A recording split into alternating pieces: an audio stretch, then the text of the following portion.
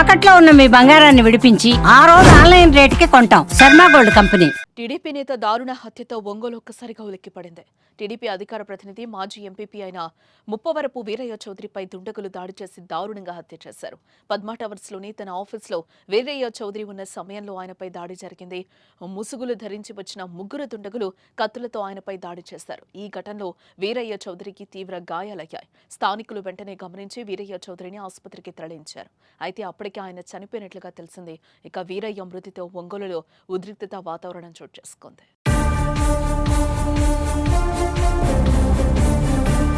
TDP నేత వీరయ్య చౌదరి హత్య ఘటనపై మంత్రి నారా లోకేష్ తీవ్ర దిగ్భ్రాంతిని వ్యక్తం చేశారు. ఒంగోలులోని తన కార్యాలయంలో వీరయ్య చౌదరిని దుండగులు అత్యంత కిరాతకంగా నరికి చంపడం దారుణమని అన్నారు.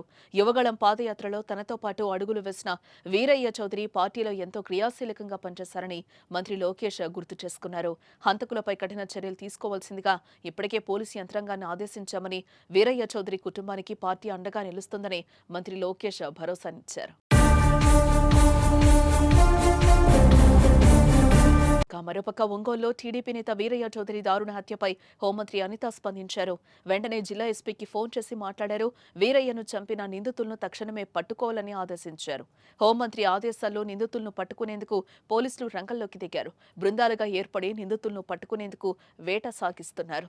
వీరయ్య చౌదరి హత్యపై ఎప్పటికప్పుడు జిల్లా పోలీసు యంత్రాంగంతో పోలీసులు ఉన్నతాధికారులతో హోంమంత్రి మాట్లాడుతున్నారు. టీడీపీ నేత వీరయ్య మృతితో ఒంగోలులో హైటెన్షన్ వాతావరణం నెలకొంది. దీంతో ఎలాంటి అవాంఛనీయ ఘటనలు జరగకుండా పోలీసులు బందోబస్తును ఏర్పాటు చేయనున్నారు. మరోపక్క సాయంత్రం వీరయ్య చౌదరి అంత్యక్రియల్లో ఏపీ సీఎం చంద్రబాబు పాల్గొనున్నట్లుగా తెలుస్తోంది. ఈరోజు చాలా దురదృష్టకర సంఘటన. తెలుగుదేశం పార్టీ మండల పార్టీ అధ్యక్షులు, అదేవిధంగా మాజీ ఎంపీపీ వీరయ్య చౌదరి గారిని ఈరోజు అతి దారుణంగా కిరాతకంగా చంపడం అనేది చాలా దురదృష్టకర సంఘటన. ఒక్కసారి ఆ సిచ్యువేషన్ చూస్తేనే కొంచెం చాలా ఇబ్బందికరంగా ఉండే పరిస్థితి. ఎందుకంటే ఇప్పటి నుంచో తెలుగుదేశం పార్టీ నమ్ముకున్న వ్యక్తి, అదేవిధంగా ఒక మంచి వ్యక్తి, చుట్టుపక్కల అంతా కూడా మంచి పేరున్న వ్యక్తి. మరి ఇటువంటి ఏ కారణాలతో అక్కడ చంపడం అనేది జరిగిందో తెలియదు, కానీ ఇమీడియట్గా పోలీస్ డిపార్ట్మెంట్ వాళ్ళు కూడా అక్కడ చేరుకున్నారు. సంఘటన జరిగిన వితిన్ 20 minutes సాక్షాత్తు ఎస్పీ గారు కూడా సంఘటన స్థలానికి చేరుకోవడం కూడా జరిగింది. ఇమీడియట్గా అరౌండ్ 12 బృందాలను కూడా 12 బృందాలను కూడా ఏర్పాటు చేస్తున్నాం. అన్ని బృందాలకి కూడా డిఎస్పీ లెవెల్ ఆఫీసర్ని కూడా మేము ఎండాస్ చేస్తున్నాం. మ్యాక్సిమం అన్ని చోట్ల కూడా వెతకడం స్టార్ట్ చేసాం. ఇక్కడ టెక్నికల్గా కూడా వాళ్ళు ఎక్కడెక్కడైనా దొరుకుతారని చెప్పి టెక్నికల్గా అన్ని ఆస్పెక్ట్స్లోని కూడా మేము ఎంక్వైరీ చేసుకుంటున్నాం. యాజ్ వెల్ యాజ్ పాసిబుల్ నిందితులు ఎవరైతే ఉన్నారో వాళ్ళని పట్టుకొని శిక్ష పడే వరకు కూడా మేమందరం కూడా చేస్తామని చెప్పి మీ అందరికీ కూడా తెలియజేసుకుంటున్నాం. ఇటువంటి సంఘటనలు జరగకుండా చూసుకునే బాధ్యత కూడా తీసుకోవాలి.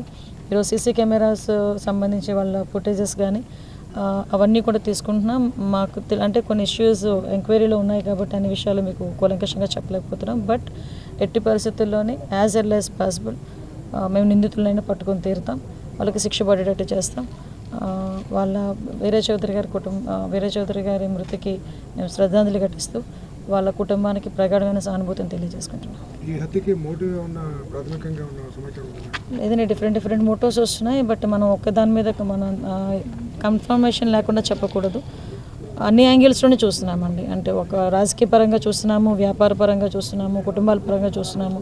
అన్ని యాంగిల్స్లోనే కూడా చూడాల్సిన బాధ్యత ఉంది కాబట్టి చూస్తున్నాం. ఇమీడియట్గా గౌరవ సీఎం గారి ఆదేశాల మేరకు నేను కూడా ఇప్పుడు ఈ టైంలో ఇక్కడికి రావడం జరిగింది.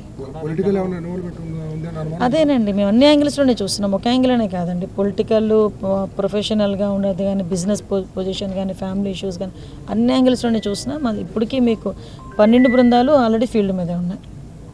12 బృందాలు ఆల్రెడీ ఫీల్డ్ మీద ఉన్నాయి. మీరు చెప్తా ఉండి ఒకసారి సిచ్యువేషన్ చూసుకొని అన్ని విషయాలు మీకు చెప్తాను.